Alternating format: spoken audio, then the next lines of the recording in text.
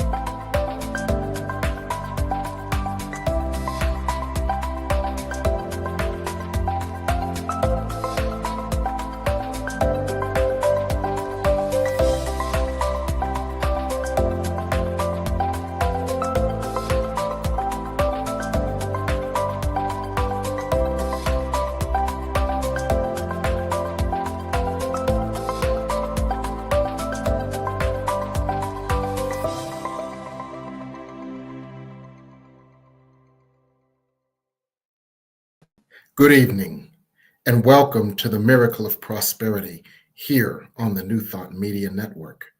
I'm your host, Reverend Jim Webb, and each Sunday we speak about prosperity.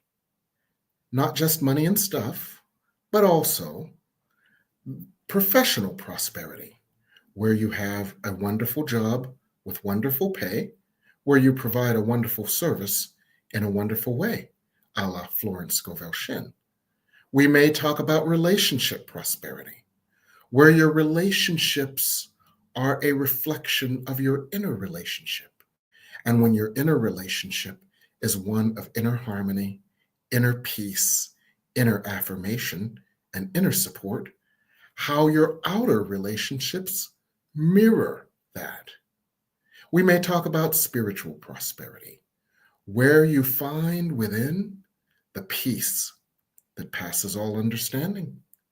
We may talk about logistical prosperity, where your life simply works easily and effortlessly, and much of the struggle is mitigated. And of course, we may talk about resource prosperity, where you have all the resources that you need to live a happy and fulfilled life, including the financial resources. So each week, we drill down on an aspect of prosperity, and we either introduce tools that can help you enhance your prosperity in this area, or we offer tools that can help you eliminate the barriers to the prosperity that already exists in that area, in the infinite universe where we are connected to an infinite source of our good. So we welcome you this evening. We're glad you're here, and please say hello in the chat box to let us know you're here. And we've got a special show planned for you tonight. We're going to talk about staying centered in the midst of the storm for prosperity. Staying centered in the midst of the storm for prosperity. And we're going to be discussing this with my guest, the Reverend Kelli Jarreaux, author of the book, I Am at Work. Welcome, Reverend Kelli. Thank you, Reverend Jim. I'm so happy to be here. I'm so glad to have you back. What a pleasure. Reverend Kelli, you are the author of the book, I Am at Work, which helps us to integrate our highest spiritual self, even in the workplace. So we don't have to take off our spiritual selves or principles in the workplace, and how we can let those spiritual principles and ourselves work in the workplace. Can you tell us a little bit more about that book, first of all? Because I'm getting to how that translates into staying calm in the midst of a storm. Well, I was thinking about the book when I knew that I was going to come on and visit with you, Reverend Jim. Yes. And what I really see that book as is sort of a training toolkit. Yes. Um, and it is the clunky learning how to play the piano piece Mhm. of spirituality. And you learn how to play the piano and you may be able to get out a few songs. But when Mhm. you become an expert at that piano, you don't even have to read the music, right? Right. The It's in you. music starts to Music is in flow you. from. Yes, Like that song, I've got the music in me. that's right. And so I see this book and I see our job itself as a Uh-huh. training ground, a place for us to practice. But what we're Yes. really practicing for is the main event, which is our everyday life. And of Yes. course, work is a part of that everyday life. Yes. So, in terms of practice, we practice our spirituality. We practice being our highest self.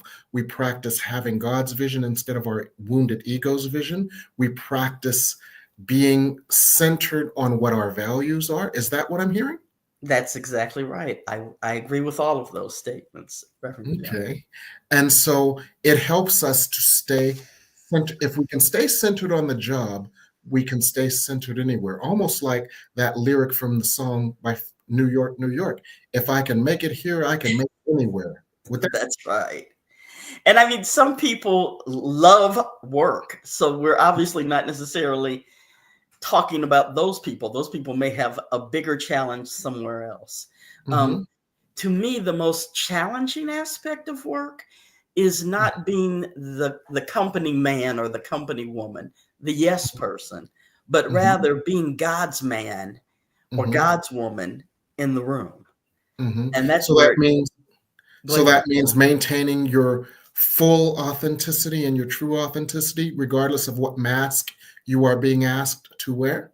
That's correct. And keeping your priorities aligned with spirit and your hmm guidance, not necessarily the profit motive hmm or the direction the company wants to go. Okay, bingo. So, what you said is how being your highest self at work can help you be your highest self in the midst of a storm. Yes. In the midst, if I hear you correctly, in the midst of any storm, it is important to stay still in your values, to stay still in your awareness of who and what you are, and to stay still in your awareness of who and what God is. Am I hearing that right? When you say still, it's that word isn't necessarily a word that I would use, although I do know about the still small voice. And it, Mhm. it might be because I I am more of a fire energy. So I would say steel, Steel. Ah, okay, steel. That's that I'm with you on. Yes. To stand, you Yeah. know, in as the straight line, um, Yes. from God to you to the Yes. earth realm or the material realm. Yes. So let's talk about that a little bit. What are some of the ways that we can stay still, Steel, in our awareness of God, in our awareness of ourselves, and our awareness of what God is in us through us? One of the ways that I choose is to prepare myself before I ever go to the job.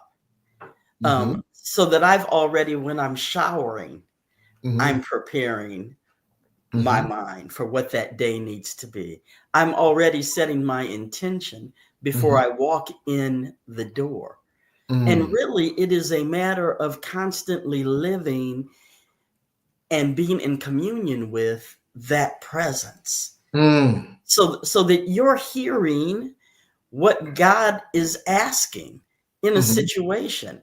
Everybody else might be just listening to the boss. And this is the way they've done a lot of studies about how in a room, Mhm. you get everyone to just go along with the person who is in power. Mhm. And if just one person has the power to say no, Mhm. that increases the percentage of likelihood Mhm. that more than 50% of the room will flip in that direction. Mm. So your one voice of dissent Mhm. is so empowering for other people who also want to dissent, Mhm. but who are afraid to be the first voice. Mm. And that's not just dissent for the sake of dissent. It might Mhm. be bringing in a moral, like, are we going to have children making the clothes that's much cheaper? Mm. Well, Yeah. no. I, for one, think that's a bad idea.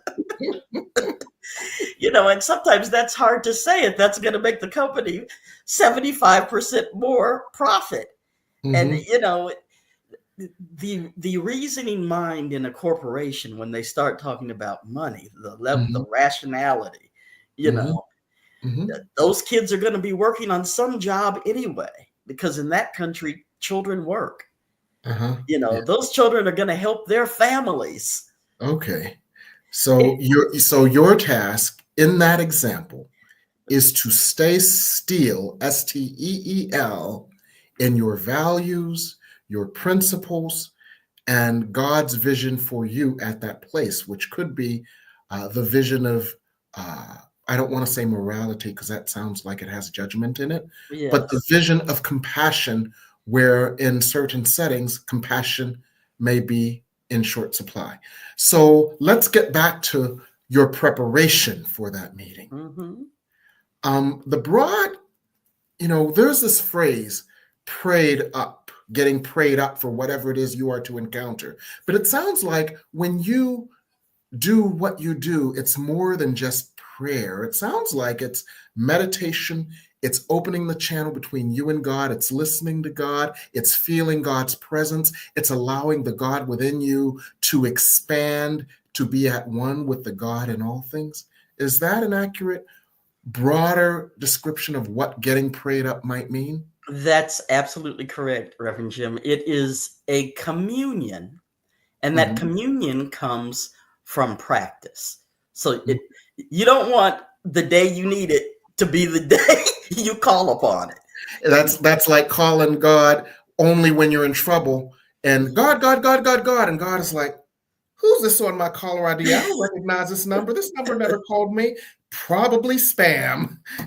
You want to create an ongoing dialogue through a daily spiritual practice. Is that one of the ways to do it? Yes. And Reverend Jim, sometimes you can even engage your body in Mm, that process. tell us Um, about this. it's called, what I like to call, the reality reversal, Mhm. because we know our reality to be the boss sitting across from us making a demand, the wife Okay. saying where's the paycheck, or the husband, the Mhm. children need to eat. These Mhm. are realities. Mhm. And there is also a spiritual reality. So Mhm. when we have that physical level reality bearing down on us, we need Mhm. to break the trance of that reality. And Mm. sometimes it can be whatever our thing is. Like for An me, energetic interruption of some sort. yes, I like to rub my hands, Yes. blow in them. I have Ladies with blue ADD, girl shoes. so it gets complicated. I like to do a Okay. lot of things. Okay. I But do this. I that's your just, thing. yes, my thumb and my forefinger together because it automatically, like Pavlov's dog, it automatically puts me in a state of spiritual awareness, oneness, and grace. And you have pre-programmed that to be your thing, right? Yes. So if I Yes. did it, we're not telling people magic do the things we do. We're Mhm. telling them identify the thing that they need to do, because this is yours. If I did Mhm. this all day long, that's not my thing, you Right. know? So they need to establish their own thing. And I like to say, Reverend Jim, that anything you choose can be your spiritual tool. Every spiritual tool was made up by someone in communion with spirit, right? Yes.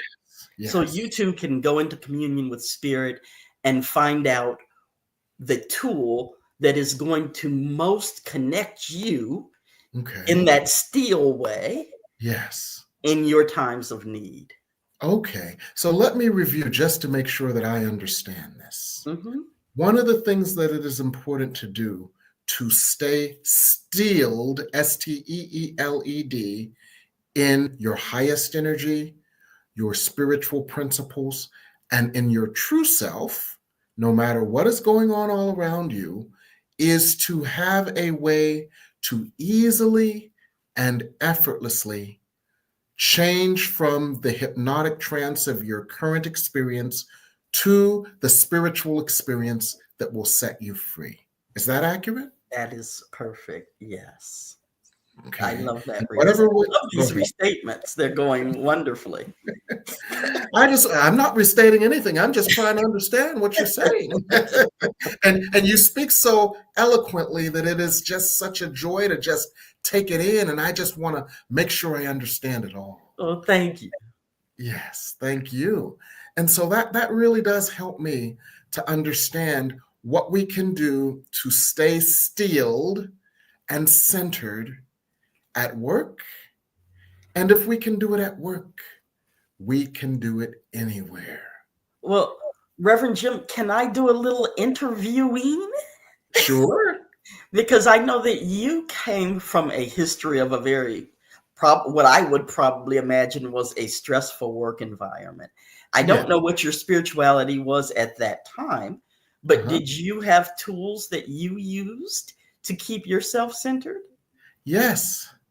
I would basically meditate before a meeting. And I'll give you a funny story. At one point, I was meditating. I would have, well, let me go back first. My mother was a Christian woman. She wasn't just a Christian woman. She was a Christian woman, if you get my drift, right? And so in the afternoons in the summer, she would make me do schoolwork for an hour. She would make me practice my instrument for an hour. Then she would have what was called quiet time. My mother didn't know about meditation. She didn't know about stillness. She didn't know about centering in the higher power. But of course she did. So she said, this is an hour. You have to have an hour of quiet time every day. Quiet contemplation. So even in a Christian context, she knew that centering was going to be very important for my life. So that's a technique that I would take to the job. Before any big meeting, I would center myself in that way, fill myself with the awareness of something bigger than me, more loving than me, more powerful than me, more wise than me. And then I could take that higher self into the meeting. And let me tell you what it yielded once. Yes. At one point, I was coming back from lunch and I was getting the lunch drowsies, the after lunch drowsies. So I shut my office door. I shut my office door and I centered myself. And I got this whole marketing strategy for a third party marketing venture. It just popped into my head. And so I kind of typed everything that I was getting. And this was back in the time of the 3.5-inch discs. Remember those? I popped that bad boy in disc and I put it in that top drawer of my desk in my office. I didn't know what I was going to use it for, when I was going to use it. But a couple weeks later, Gabe Batista, our CEO, and I were on the elevator. Now, in MBA school, they tell you to have an elevator speech. Yes. So Gabe Batista said, what are you working on, Webbins? He didn't know my real last name, so it was some sort of Webb something. So he called me Webbins. What are you working on, Webbins? And I said, I'm working on how we can do third-party marketing with organizations. And he said, that's funny, because I've got Home Depot coming in at 2:00, You should probably join that meeting. And I said, oh, okay. And so I took that disc out, I put it in, I did a find and replace, put Home Depot in it. And I said, and about an hour before the meeting, I went up to Gabe's office. I said, well, Gabe, I was just thinking about this meeting and I kind of put this together. I want you to look over it and see if there are any ideas in it that you might think might be useful for the meeting. Gabe looked at that and he said, you just did this?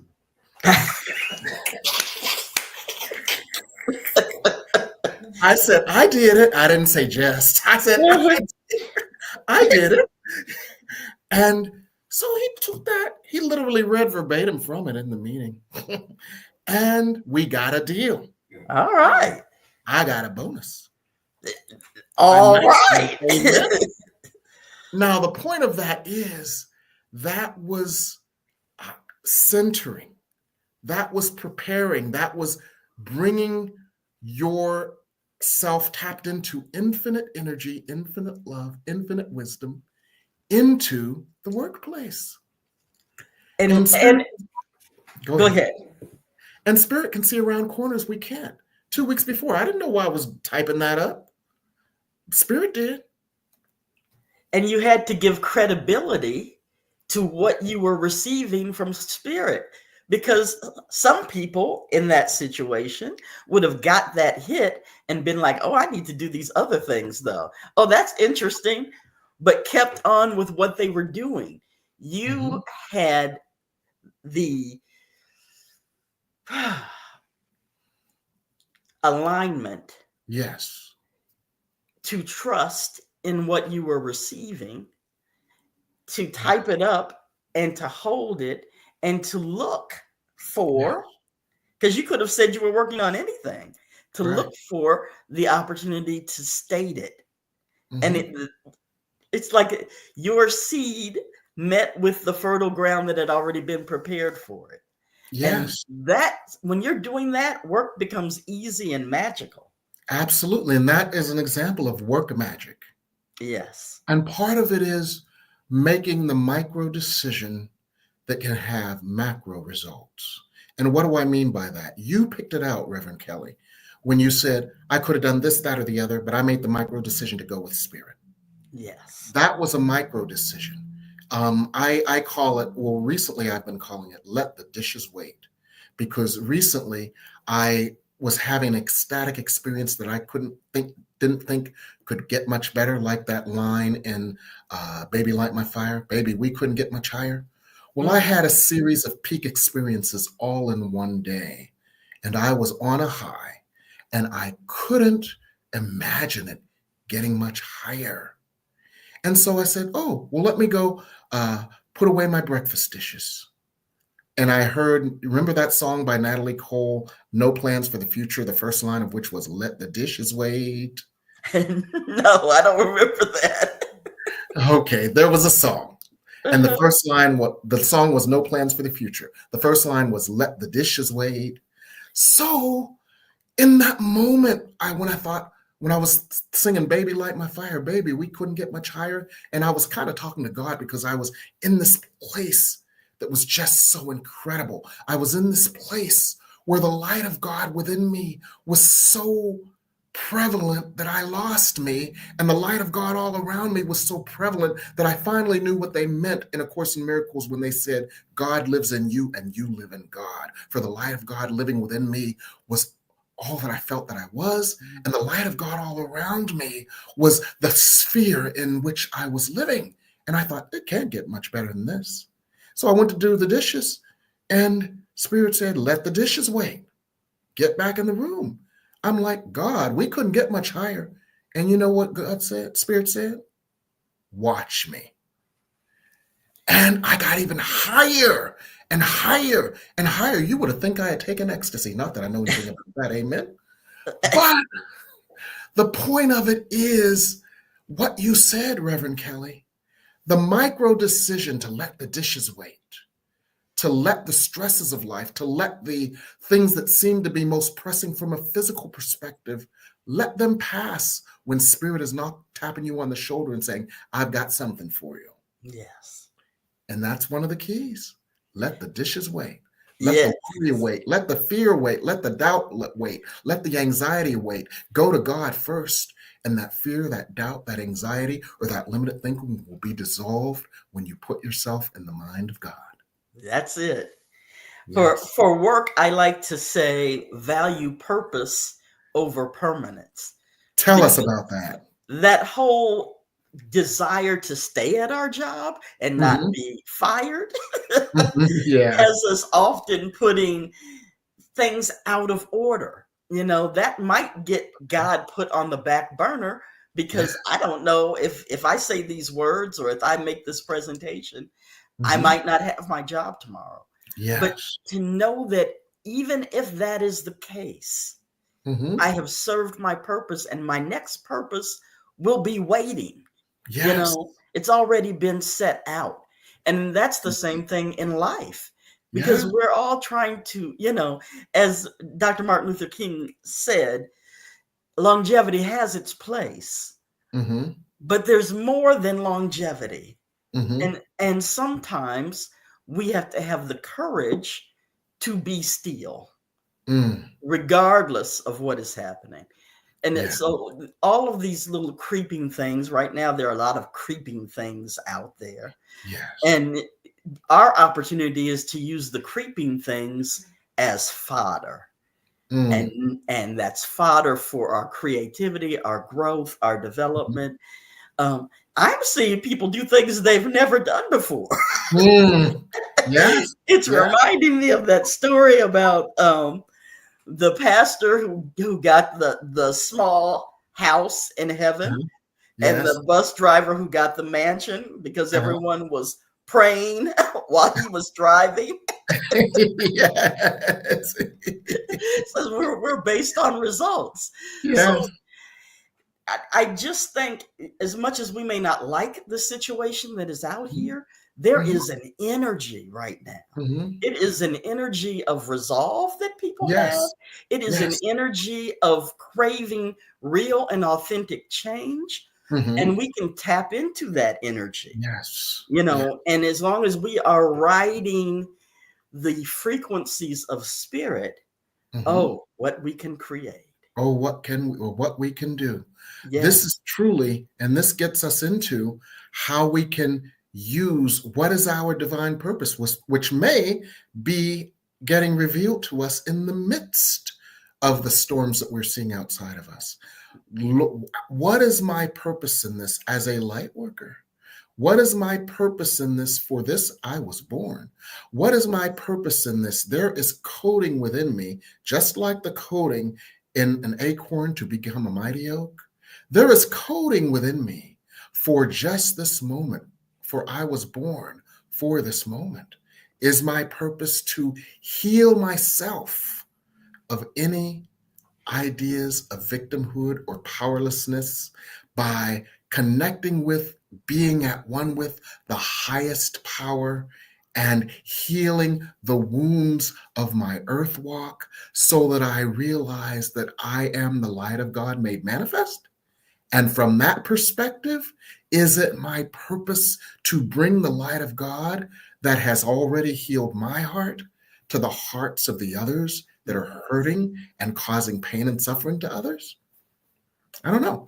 But I wonder if those kinds of things are the kinds of things that you mean by asking, what is my divine purpose in this? And my divine purpose in this may transcend the situation of the moment. Is that what you're saying? It may be revealed through Through the the moment. situation. Yes. I like to always talk about the aphid, that Mhm. little bug that Mhm. only gets wings when it's necessary, Uh-huh. because the group of aphids are running out of food and they need to get to a new plant. So Yeah. now wings that were dormant and never would have been inspired to grow Mhm. grow, Mhm. because this was the moment. And, Yes. and absent the moment, there could be no wings. Okay. So You know? don't judge anything. For as A Course in Miracles lesson 193 says, all things are lessons God would have me learn. Perhaps this is an opportunity for us to grow our spiritual wings, Yes. to move out of the consciousness of victimhood, separation, lack, victimization, fear, doubt, and senses of smallness, to tap into the highest power, to be the highest power, to channel the highest power, to anchor the highest power, and to create the space for the highest power of love to overcome the energy of separation that we see tearing the world apart. Yeah. Just a thought. And So, and even when we are required to release these things that we want to hold on to, like mhm, we have in our head, for example, some people really want to hold on to DEI. And yes. and while I'm not opposed to DEI, I Mhm, am open to something even greater showing mhm, up. Like, okay, what could we do that would be even greater? What if we mhm. could actually change people's hearts and minds so that You wouldn't need DEI. you wouldn't need DEI? What Mhm. about that possibility? Okay. So we're going to talk about a lot of this and put it into the context of what we are experiencing collectively after the break. All But we right. have to sell some soap. All right. So we'll be back with you here on the New Thought Media Network.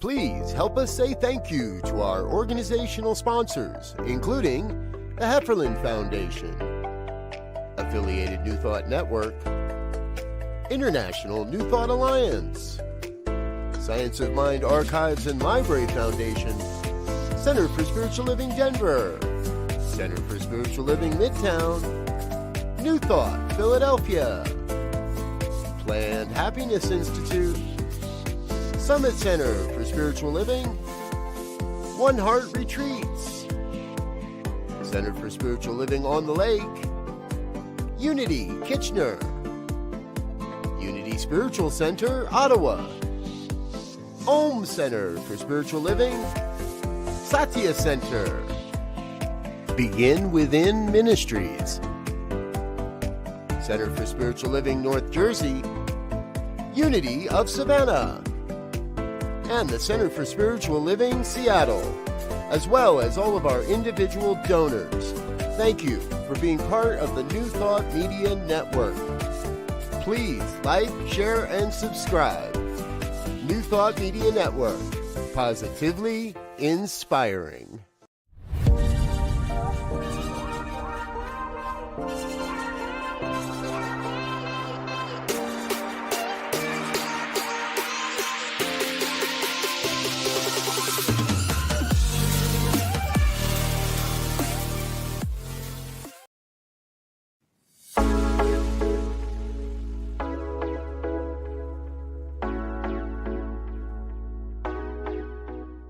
What if the person you think you are is just a fraction of who you truly are?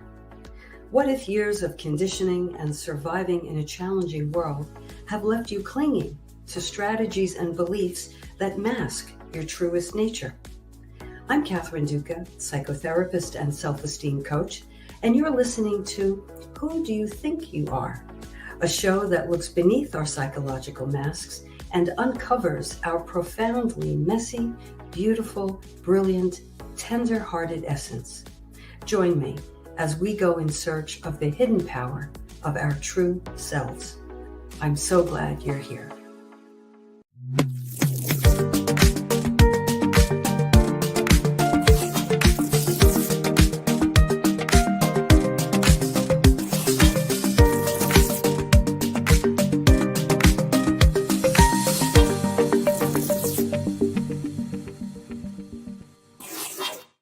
And we're back here on the New Thought Media Network with Reverend Kelli Jarreaux, author of I Am at Work.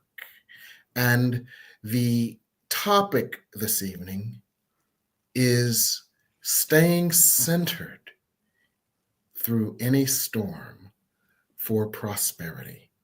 Now, Reverend Kelli, in the first segment, which was so very rich, and I thank you for that, in that very rich first segment, one of the key things that you said was we must stay on purpose.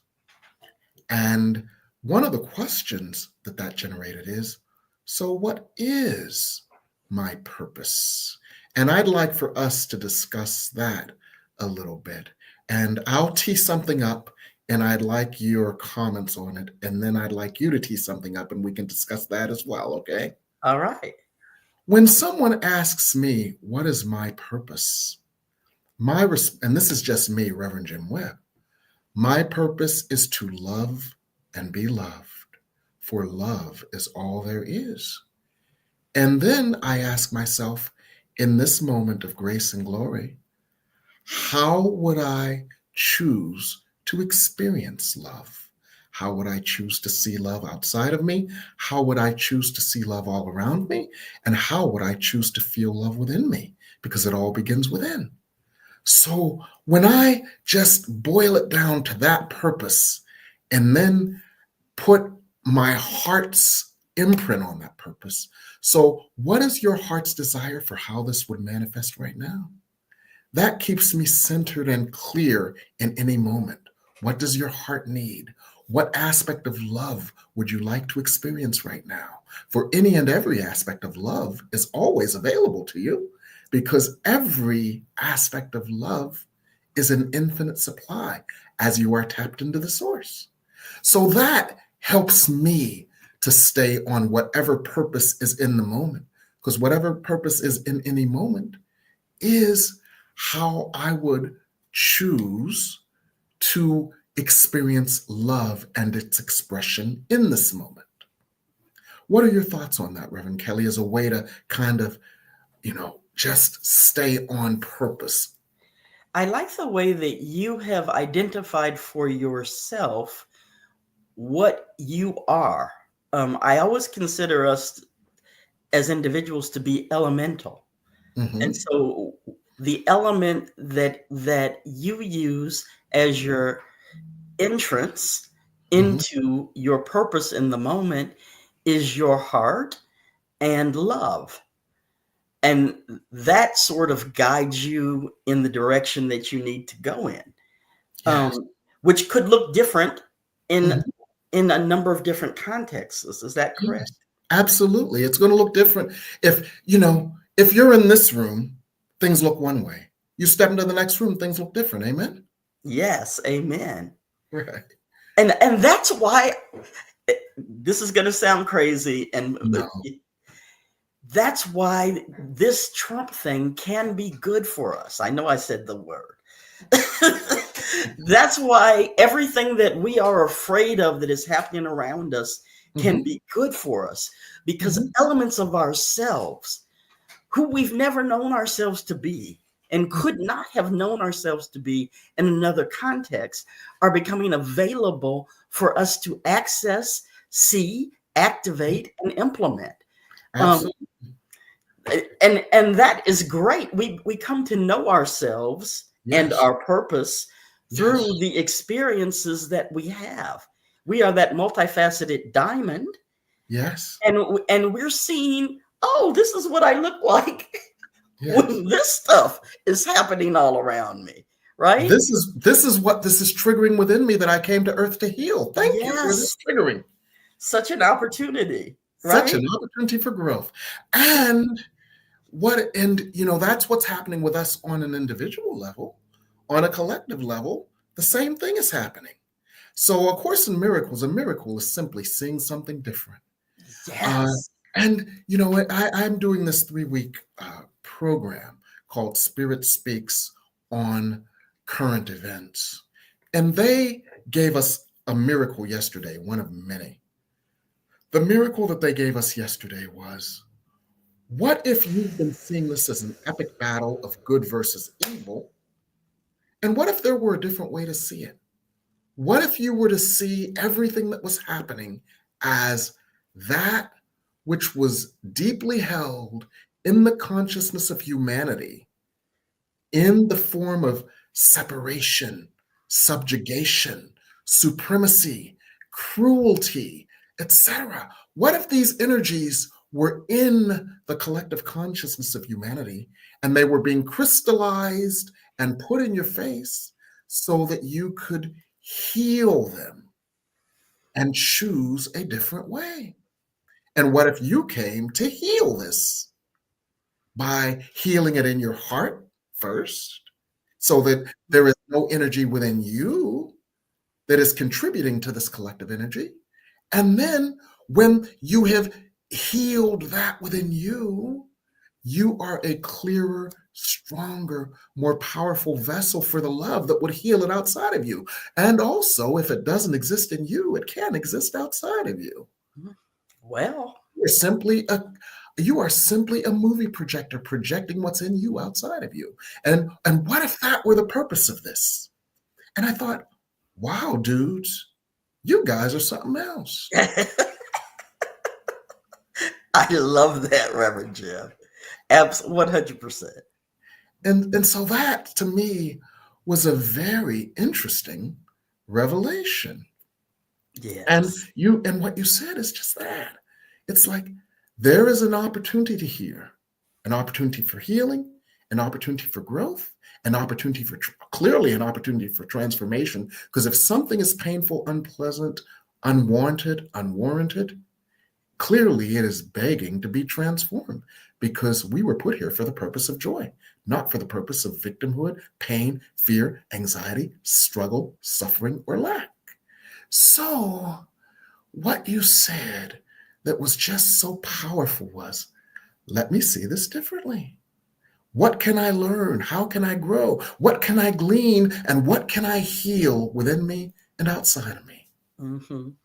And the other thing you said was, and how can I stay steeled, STEELED, in my principles and purpose in order to do so? Did I hear that right? Yes. Did you ever, I'm going to date myself here, Reverend Jim. Did you ever play Pac-Man? Oh, yeah. And so after you'd have like a couple of easy rounds, it would say the challenge phase. Exactly. And little things would be everywhere trying to get you, right? Yes. But when you made it through that, you were like, oh, look what I did. Something. Right? Yeah. So sometimes there has to be a change of scenery so that we can grow from pretty good to excellent, right? Yes. To really coming into our spiritual mastery. So if you've ever wanted to really, stick your chest out and, put on your big spiritual panties, as they say, this is your moment, right? Yes. And it should be met with excitement and a feeling of inspiration, not a feeling of fear, timidity, or enmity. Yes. Yes. Yes, that's right. Yes, because one of the things that Spirit has illustrated is when two opposing forces collide, there can only be pain. Mm-hmm. But when a force of love embraces a force that is unaware of love, the force that is unaware of love becomes aware of love. Mm-hmm. And that is the healing, and that is the miracle.